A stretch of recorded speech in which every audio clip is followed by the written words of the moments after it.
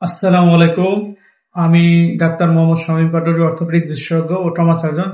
আজকে আপনাদের সাথে আমি অত্যন্ত গুরুত্বপূর্ণ, আমাদের খুবই কমন রোগী আসে হাঁটু ব্যথা নিয়ে। হাঁটু ব্যথা রোগীদের জন্য কিছু গুরুত্বপূর্ণ পরামর্শ বলবো, যেগুলো মানলে আপনি দেখা গেল ওষুধ না খেয়েও অনেক ক্ষেত্রে ভালো থাকা যাবে। হ্যাঁ, তো সেই উপদেশগুলো আমরা আজকে আপনাদের সাথে শেয়ার করব। তো সেই উপদেশগুলো কি? একটা হচ্ছে, আমরা হাঁটু ব্যথার রোগী বা বিশেষ করে অস্টিওআর্থ্রাইটিসের রোগীদেরকে আমরা বলি হাঁটু গেড়ে নিচে না বসতে, হাঁটু গেড়ে নিচে না বসতে, নিচু পিড়িতে বা নিচু মোড়াতে না বসতে, বা যারা হচ্ছে যে খেতে খামারে কাজ করে সেখানে যাতে হাঁটু গেড়ে নিচে না বসে কাজ করে। তাহলে যারা মানে যাদের এই কাজগুলো আছে তারা তাদের সেরা কিভাবে এই কাজগুলো করবে? যারা অনেকে হাঁটু গেড়ে বসে নিচু পিড়িতে নিচু মোড়াতে বসে থালা বাসন ধোয় বা কাপড় চোপড় ধোয়, তাহলে তারা কিভাবে করবে? সেটা সেটা হয় দাঁড়িয়ে করবে, অথবা একটা চেয়ারে বসে তারপর সেই কাজগুলো করবে। হ্যাঁ, দাঁড়িয়ে যদি করে সেক্ষেত্রেও বলা হয়ে থাকে যে 30 থেকে 45 মিনিটের বেশি দীর্ঘক্ষণ দাঁড়িয়ে থাকবে না। 30 থেকে 45 মিনিট দাঁড়াবে, তারপরে হচ্ছে একটা রেস্ট নেবে, ব্রেক নিয়ে তারপরে আবার সে দাঁড়িয়ে কাজ করবে। তারপর সে যদি মুসলমান হয়ে থাকে তাহলে চেয়ারে বসে নামাজ পড়বে, আর যদি অন্য ধর্মাবলম্বী হয় তাহলে সে চেয়ারে বসেই সে তার প্রার্থনাগুলো করবে।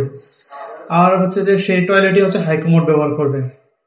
তার বাড়িতে যদি বিল্ডিং বাড়ি থেকে থাকে অথবা সে কোনো বিল্ডিং এ থেকে থাকে, তাহলে সে যদি সিঁড়িতে ওঠানামা করার অভ্যাস থেকে থাকে তাহলে সেটা বাদ দিতে হবে, সিঁড়িতে ওঠানামা করা নিষেধ।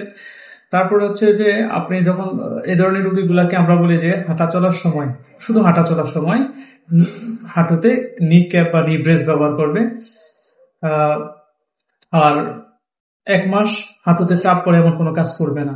আর যারা রিক্সা চালক, ভ্যান চালক বা সাইকেল চালায় তারা ওগুলা 1 মাস পরিহার করবে। ঠিক আছে? তাহলে 1 মাস এগুলো বাদ দিতে হবে, যাতে হাঁটুতে প্রেসার পড়ে এমন কোনো কাজ না হয় আর কি। রিক্সা চালক বা ভ্যান চালক বা সাইকেল চালক হলে যখন আমরা ফেডেল মারতে যাই তখন হচ্ছে আমাদের হাঁটুতে অনেক প্রেসার পড়ে, সেই কাজগুলো বাদ দিতে হবে। আর হচ্ছে আমরা নি জয়েন্টের আমরা কিছু ব্যায়াম দেখে দিই যেটা খুবই গুরুত্বপূর্ণ, খুবই গুরুত্বপূর্ণ। সেটা হচ্ছে কোয়াড্রিসেপস এক্সারসাইজ।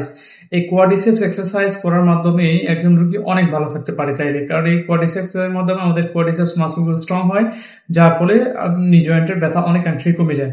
সো আমাদেরকে এই কোয়াড্রিসেপস এক্সারসাইজটা অবশ্যই অবশ্যই অবশ্যই করতে হবে। আমরা যেভাবে দেখে দিই সেভাবেই করতে হবে। আর হচ্ছে ফিজিওথেরাপির এখানে একটা ভালো রুল আছে। ফিজিওথেরাপিটাও, তারতেও যদি ব্যথা না কমে ফিজিওথেরাপি নেওয়া যেতে পারে, এবং মাঝে মাঝে কুসুম গরম কুসুম গরম পানি, সেটা হট ওয়াটার ব্যাগের মাধ্যমে অথবা যে কোনো মাধ্যমে হোক, ডিরেক্টলি দেওয়া যাবে না। এখানে হচ্ছে ডিরেক্টলি কন্টাক্টে ডিরেক্টলি যদি সেক নেওয়া যায় তাহলে নিতে গেলে তাহলে সেক্ষেত্রে চামড়া পুড়ে যেতে পারে। এই জন্য হচ্ছে হট ওয়াটার ব্যাগ বা অন্য কোনো মাধ্যমে হচ্ছে যে এই জয়েন্টে যদি ব্যথা হয় সেক নেওয়া যেতে পারে দিনে 2 থেকে 3 বার। তাহলে এই নিয়ম কানুন, যে নিয়ম কানুন গুলো বললাম, এই নিয়ম কানুন গুলো মানলেই অনেকাংশেই দেখা গেছে ওষুধ না খেয়েও রোগীরা ভালো আছে। ঠিক আছে? আসসালামু আলাইকুম রহমতুল্লাহ।